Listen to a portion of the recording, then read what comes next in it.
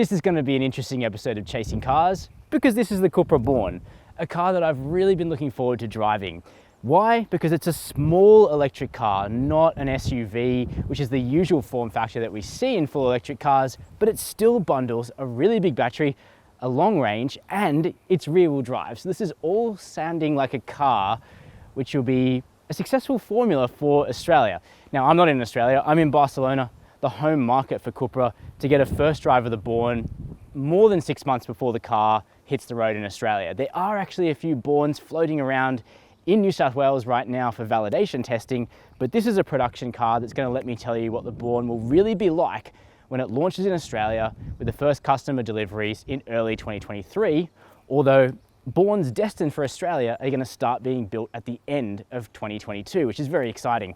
What's it going to cost? Well, this car, which has the 77 kilowatt hour battery, the longer range battery, and the 170 kilowatt e-boost motor on the rear, it's probably going to cost around the same money as a top spec Cupra Leon, so about $65,000 drive away. But there is space in the range to have a shorter range battery with a 58 kilowatt hour battery later on around the price of a Golf GTI. And that car would have about 400 kilometers of range, whereas this car has about 500 kilometers of range. We'll be testing that in this video today to see what we actually get in terms of consumption, efficiency, and range, of course.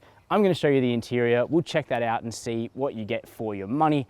And then we'll take a drive in the 2023 Cupra Born to see what this small electric car is like out on the road. But before we get started, hit subscribe, hit the notification bell. There are two main things that I want to talk about in the interior of this Cupra Born. The first is what the interior is really like, of course.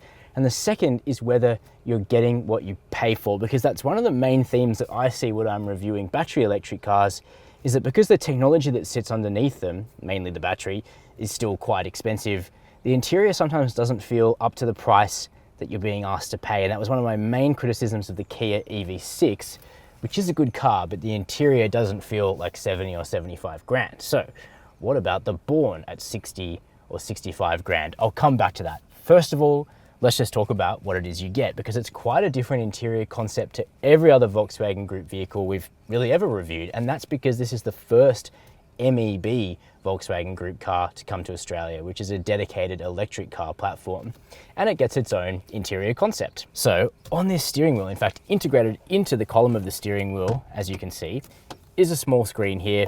It just gives you a digital speedo, what direction the car is going in, whether it's in regenerative brakes mode for something approaching one pedal driving, and your adaptive safety features and range.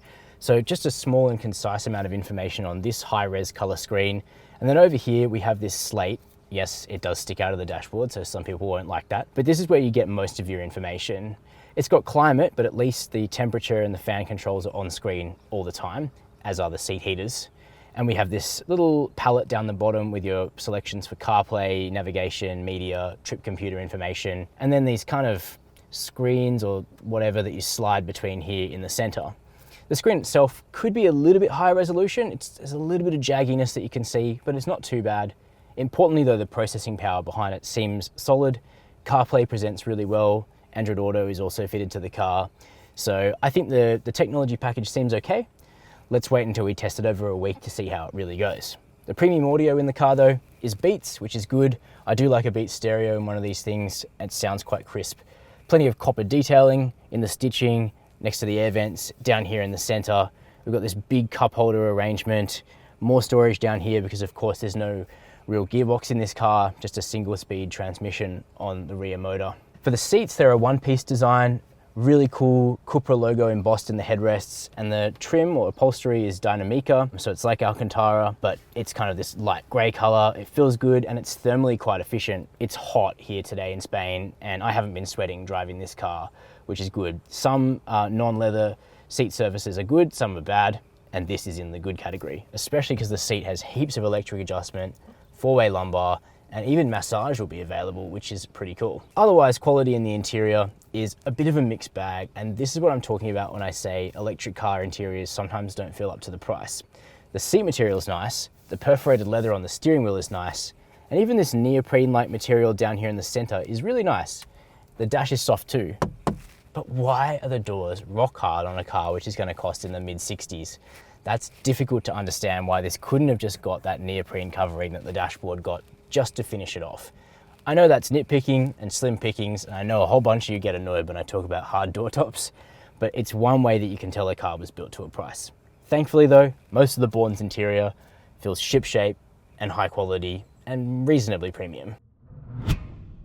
Here we are in the back of the Cupra Born, and it's an interesting experience. Firstly, because we're on a dedicated electric car architecture, it means that the interior space is actually really good and the wheelbase is longer than on something like a Golf, even though this car is about Golf size outside. So for myself, sitting behind my own driving position at 6 foot tall, you can see I've got heaps of knee room, toe room's okay, and headroom's good. This car doesn't have a glass roof, which is actually a good thing.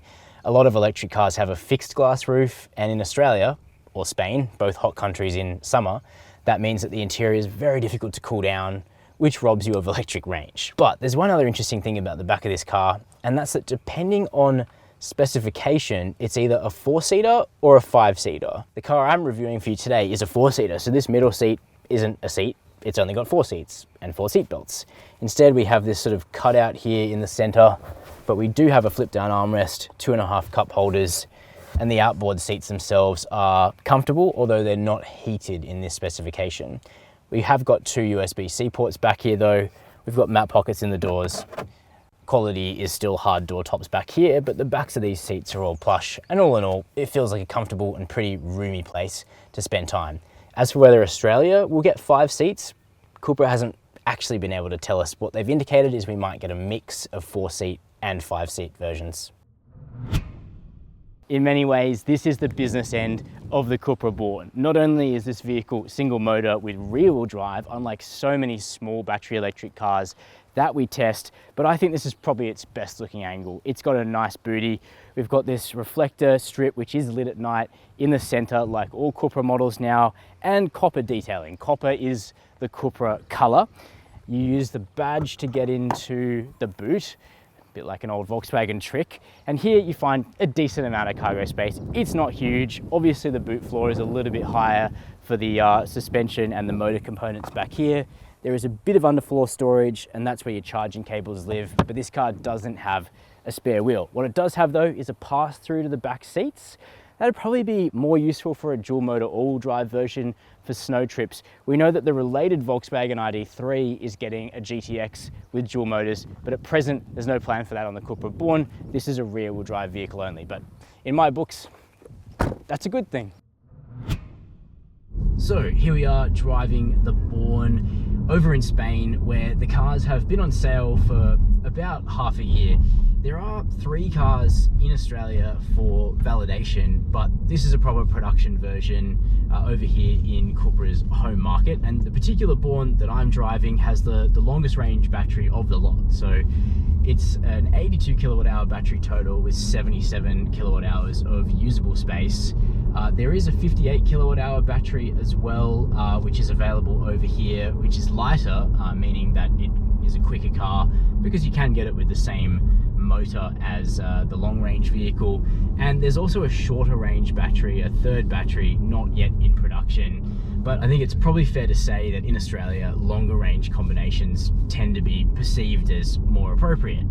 But the interesting thing about the Cupra Born is actually the underpinnings of this vehicle, because most small electric cars that we've seen on the Australian market so far are adapted combustion vehicles in terms of their platform. So I'm talking about cars like the Hyundai Kona, for instance, and they tend to be front-wheel drive. Well, the Cupra Born runs on the MEB platform, which is a Volkswagen Group dedicated electric vehicle architecture, and happily, it's actually rear-wheel drive when it's two-wheel drive. And in the case of the Born, this is a kind of warm to hot hatch. It's a performance brand. It certainly looks sporty, and we've got a decent amount of power. 150 kilowatts of power, 310 newton meters of torque, but 170 kilowatts with e-boost, which is sort of like an overboost function for the Born. So if you're thinking reasonably powerful, reasonably torquey rear-wheel drive hatch, the association you would have had before this car is probably something like the previous gen BMW 1 Series. Obviously the Born is quite a different interpretation of the formula, being a battery electric vehicle, but I'm stoked to see that somebody has renewed a rear drive hot hatch. And up here in the mountain roads of Barcelona, where it gets pretty twisty and pretty tight, the thing I'll tell you is that you can definitely feel that the Born is rear-wheel drive, and that was the thing that I was really looking for on this early drive, to get an idea of what the balance was like in this car.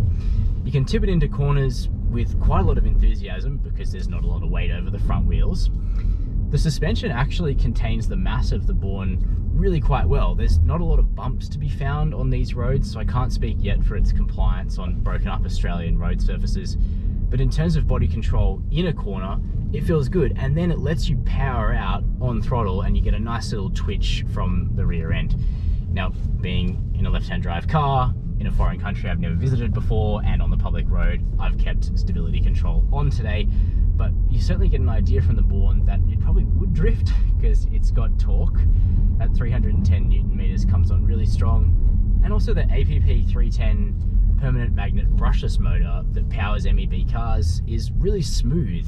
Certainly smoother than the motor in my long-term Polestar 2, which feels a little bit grainy. So at the moment we're just crawling through a little mountain village here in Barcelona. It has a few speed bumps, a few manhole covers, but that's pretty much all that passes for bumps on Spanish roads, which are beautiful. The surfacing is so glossy, but I'm aiming for the bumps, trying to see what ride quality feels like in this car. We are on big wheels, and if you look at the exterior design of the Born or its cousin, the Volkswagen ID3, they certainly have a large wheel and tyre package, and so it does create a view that the ride will probably be firm, and it feels firm, but ultimately it feels controlled so far. Now, we've got fairly wide Goodyear efficient grip tyres fitted to this particular car. Obviously, final Australian specifications haven't been announced just yet, so things like wheel and tyre sizes, standard inclusions, we don't know them. We don't actually officially know the battery size and the power for Australia, but the fact that I'm here driving the 170 kilowatt e-boost version in relatively high spec definitely gives you an idea of the kind of car that Cupra is considering bringing to our market. So far, first impressions, my view is that this car is going to be a good addition to the relatively small electric car space in Australia. Certainly it's coming along in leaps and bounds. When you think of the fact that we were driving kind of a Nissan Leaf in this space 5 years ago, and that was kind of your only choice in the entry-level EV market, and now we're dealing with the likes of the Tesla Model 3 being the most popular EV, I think the Born is really going to slot in kind of towards the more sophisticated end of that market, and if Cupra can price it at a level which is attractive, and if they can get supply for our market, then it feels like this car is going to be an easy way for people to step into electrification, perhaps for their second car or even as a first car, given how roomy this vehicle is inside. A couple of words on other points. Refinement seems good. The motor is smooth.